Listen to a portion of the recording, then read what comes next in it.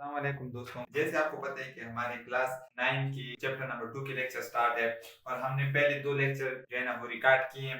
अगर आप लोगों ने वो लेक्चर नहीं देखे हैं तो डिस्क्रिप्शन में उसकी लिंक मौजूद है, पहले जाके वो देखें और इसके बाद ये वाला लेक्चर देखें, फिर आपको अच्छी तरह समझ आ सके। और हमारी यही कोशिश होती है कि आप सिर्फ एक वीडियो से अपने नोट्स भी तैयार करें और आपको पता चले कि पेपर भी किस तरह अटेम्प्ट करना है और पेपर में किस तरह लिख के आने हैं ताकि आपको बहुत अच्छे मार्क्स मिले। अच्छा देखिए, आज का जो हमारा टॉपिक है वो है स्केलर क्वांटिटी। आपको पता है कि हम फिजिक्स में पहला चैप्टर हमने पढ़ा है वो भी क्वांटिटीज के बारे में था, मतलब फिजिकल क्वांटिटीज में। जब हम फिजिकल क्वांटिटीज के बारे में पढ़ते हैं तो इसके साथ हमारे पास दो तरह की क्वांटिटीज आती हैं। एक को हम कहते हैं स्केलर क्वांटिटीज और दूसरे को हम कहते हैं वेक्टर क्वांटिटीज। तो हम वन बाय वन समझते हैं कि स्केलर क्वांटिटी किसे कहते हैं और वेक्टर क्वांटिटी किसे कहते हैं। तो देखिए, स्केलर क्वांटिटी की सबसे पहले हम डिफिनेशन समझते हैं। A physical quantity which can be completely described by its magnitude and proper unit is called scalar quantity। मतलब एक ऐसी फिजिकल क्वांटिटी जो हमारे पास बिल्कुल वाज़ेह हो जाए सिर्फ और सिर्फ उसकी मैग्नीट्यूड से और उसके साथ उसकी यूनिट से।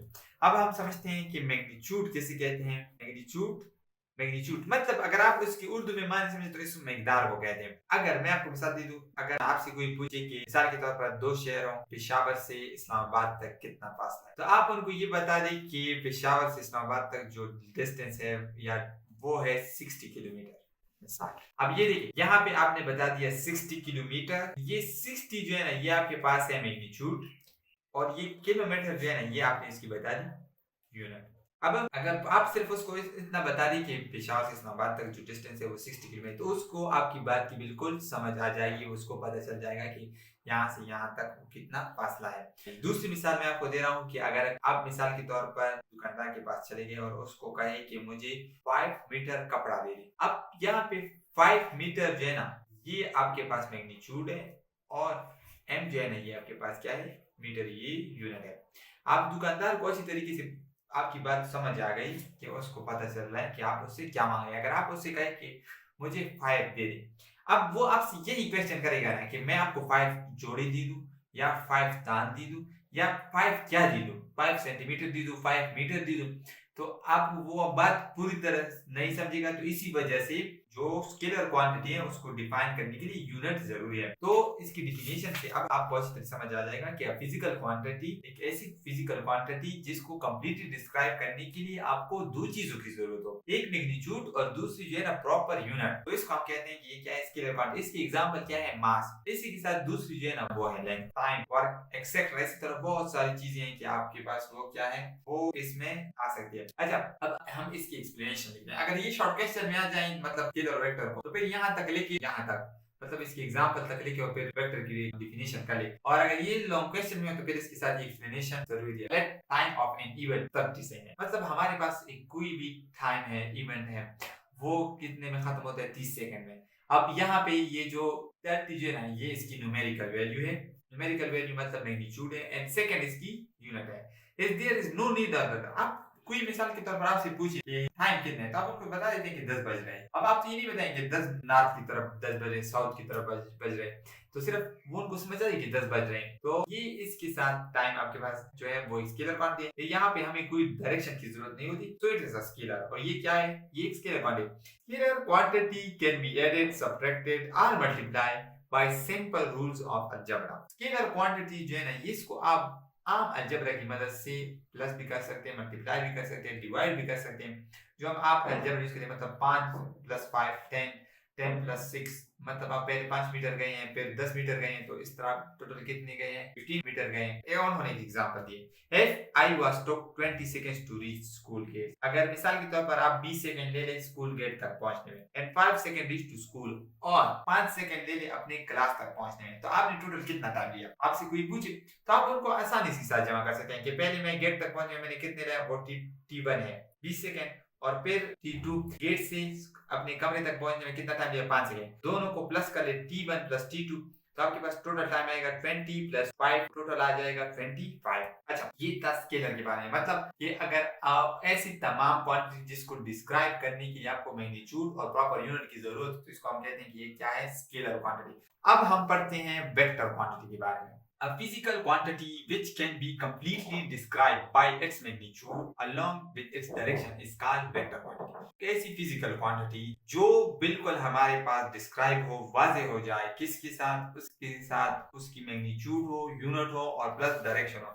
मतलब अगर कोई आपसे पूछे कि आपका घर कहाँ पे है, तो आप बता दें कि यहाँ से 10 किलोमीटर नॉर्थ की तरफ. तो आप ये देखें, 10 आपने बता दी, इसकी क्या बता दी, मैग्नीट्यूड. ये आपने बता दिया यूनिट. ये आपने बता दिया कि किस डायरेक्शन में, नॉर्थ पे. तो ये आपने बता दी इसकी डायरेक्शन. तो फिजिकल एक ऐसी क्वांटिटी जिसको डिफाइन करने के लिए आप तीन चीजों का सहारा लेते, तो इसको हम कहते हैं कि ये क्या है, वेक्टर है. अच्छा, vector quantity example displacement, velocity, force etcetera. अब फोर्स जो है ना, ये किस तरह एक वेक्टर क्वांटिटी, मिसाल के तौर ये एक ऑब्जेक्ट है, आपसे कोई कहे कि इसको उस साइड ले जाए, तो आपने फोर्स इस डायरेक्शन में लगानी होगी. ये देखिए उधर जाएगी. और अगर आप कहे कि इस डायरेक्शन में ले जाए, तो फिर इस डायरेक्शन से फोर्स लगानी होगी. तो फोर्स एक वेक्टर क्वांटिटी है. तो ये सारी चीजें हम आगे जाके वन बाय वन पढ़ेंगे. डिस्प्लेसमेंट किसकी, वेलोसिटी किसकी, लेकिन आप सिर्फ नाम याद रखें कि ये इसको कहते हैं. अच्छा, मैं आप कह रहा हूं ना कि अगर ये शॉर्ट क्वेश्चन में आ जाए तो मतलब यहाँ तक ये डिफिनेशन आपके लिए काफी है. अब इसकी एक्सप्लेनेशन में जाते हैं. If we want to locate a place, distance of that place from reference point is insufficient to locate. अच्छा, अगर कोई कहे ना कि मिसाल के तौर पर, मैं आपको मिसाल दे रहा हूँ कि आपका कोई दोस्त कहीं से आ रहे हैं और फिर आप उसको बता दें कि जब आप इसको कोई रेफरेंस की, ये आपका स्कूल है, मिसाल के तौर पर कोई स्कूल है और आप स्कूल का नाम बता दें कि इसके साथ उतरे, वो गाड़ी से उतर जाएगा. फिर आप बताएंगे कि आपने 50 मीटर आना है. अब उनकी तरफ चारों डायरेक्शन है, मतलब लेफ्ट वाली भी है, राइट वाली भी है, आगे और पीछे है. अब वो आपसे पूछेगा कि मिसाल के तौर पर ये आपके स्कूल है, अब ये स्कूल के साथ उतर गया. अब वो इधर भी जा सकता है, इधर भी जा सकता है, इधर भी जा सकता है, चारों डायरेक्शन में. तो फिर आप उनको बताएंगे कि राइट साइड पे 50 मीटर आ जाए तो हमारा गर्म है. तो अब आपने देखिए उनको दो चीजें बता दी. एक आपने एक रेफरेंस पॉइंट बता दी कि स्कूल के साथ उतरे, फिर राइट साइड पे 50 मीटर आना है. ये दो बताएंगे तो इससे उनकी आपकी जो इंफॉर्मेशन है वो बिल्कुल कंप्लीटली डिफाइन हो जाएगी. तो यही लिखे कि if you want to locate a place, distance of that place from reference point. Reference point origin को कहते हैं, जो पोजीशन में हमने पढ़ा है. अगर आपने बोला एक नहीं देखा तो वो जरूर देखें, तभी आपको इसकी समझ आएगी. इज इनसफिशिएंट, ये हमारे लिए काफी नहीं है कि लोकेट करें. डायरेक्शन हम जरूर बताएंगे एक रेफरेंस पॉइंट से, इस रेफरेंस पॉइंट से आपने किस तरफ जाना है, तो ये जरूरी होती है. अच्छा, for example moves 5 kilometre towards east toward reference point. एक खास रेफरेंस पॉइंट से 5 किलोमीटर ईस्ट की तरफ जाए. अच्छा, वेक्टर जो है ना, इसको आम अलजेब्रा की मदद से ना ऐड किया जा सकता है, ना सब्ट्रैक्ट किया जा सकता है और ना मल्टीप्लाई किया जा सकता है. इसके लिए हम एक खास रूल यूज करेंगे जिसको हेड टू टेल रूल कहते हैं, और वो हम चैप्टर नंबर 4 में पढ़ेंगे. अच्छा, तो देखिए हमारे पास वेक्टर की कुछ रिप्रेजेंटेशन है. तो हमारे पास वेक्टर की दो तरह की रिप्रेजेंटेशन है. एक को कहते हैं ग्राफिकल रिप्रेजेंटेशन ऑफ वेक्टर, और दूसरी जो है ना वो है सिंबॉलिकल रिप्रेजेंटेशन है. तो हम सबसे पहले ग्राफिकल रिप्रेजेंटेशन ऑफ वेक्टर को पढ़ते हैं. तो ग्राफिकल रिप्रेजेंटेशन जो है ना वो वेक्टर की, वो किस तरह है कि हम वेक्टर रिप्रेजेंट करते हैं एक तीर के निशान से. अब मिसाल के तौर पर इस तरह ये इसकी रिप्रेजेंटेशन हो गई तीर के निशान से. अब ये तीर के निशान हमें कुछ बता दे. ये वाले जो है ना टेल है और ये हेड है. तो टेल जो है ना वो आपकी रेफरेंस पॉइंट से स्टार्टिंग पॉइंट है कि यहां से आपने जाना है, और हेड जो आपकी तरफ है इस तरफ आपने जाना है. वो हेड आपको डायरेक्शन बताती है, और जो वेक्टर की जो लेंथ होगी वो आपको बताएगी कि इसकी इतनी मैग्नीट्यूड है. मिसाल के तौर पर अगर ये इस तरह है तो अब इसका मतलब ये है कि ये वेक्टर बहुत बड़ा है, और ये जो है ना ये इसके मुकाबले में बहुत छोटा है, और ये दोनों एक ही डायरेक्शन पे है. और अगर ये इस डायरेक्शन में, तो इसका मतलब एक ऑब्जेक्ट यहां से उसने चलना स्टार्ट किया और इस डायरेक्शन में आया है. तो ग्राफिकल रिप्रेजेंटेशन में हमारे पास जो वेक्टर होती है वो सिर्फ एक ओरिजिन पॉइंट से किसी खास डायरेक्शन में वो बताती है, और वो सिर्फ हम क्या बताते हैं, जो है ना तीर के निशान से कहते हैं, और जो हेड होती है वो हमें उसकी डायरेक्शन बताती है. अच्छा, अब आते हैं सिंबॉलिक रिप्रेजेंटेशन ऑफ वेक्टर.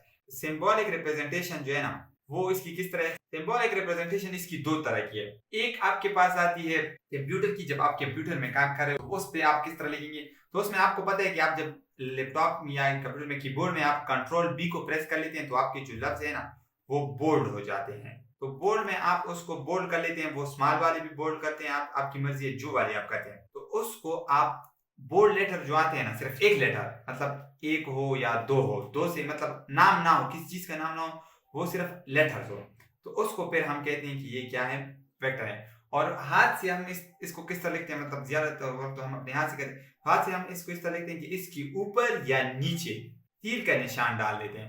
तो तीर के निशान से हमें पता चल रहा है कि ये क्या है, वेक्टर है। अच्छा, ऊपर व्यू मैक्सिमम 99% ये ऊपर ही होते हैं, हर बुक में आपको ये ऊपर में, कभी कभी अगर ये नीचे एमसीक्यूज में इस तरह नीचे दिया गया हो तो फिर ये गलत नहीं है, ये भी सी है। तो मतलब सिंबॉलिक रिप्रेजेंटेशन उसकी किस तरह है कि अगर आप कंप्यूटर में काम करें तो आपने उसको बोल्ड लिखना होगा।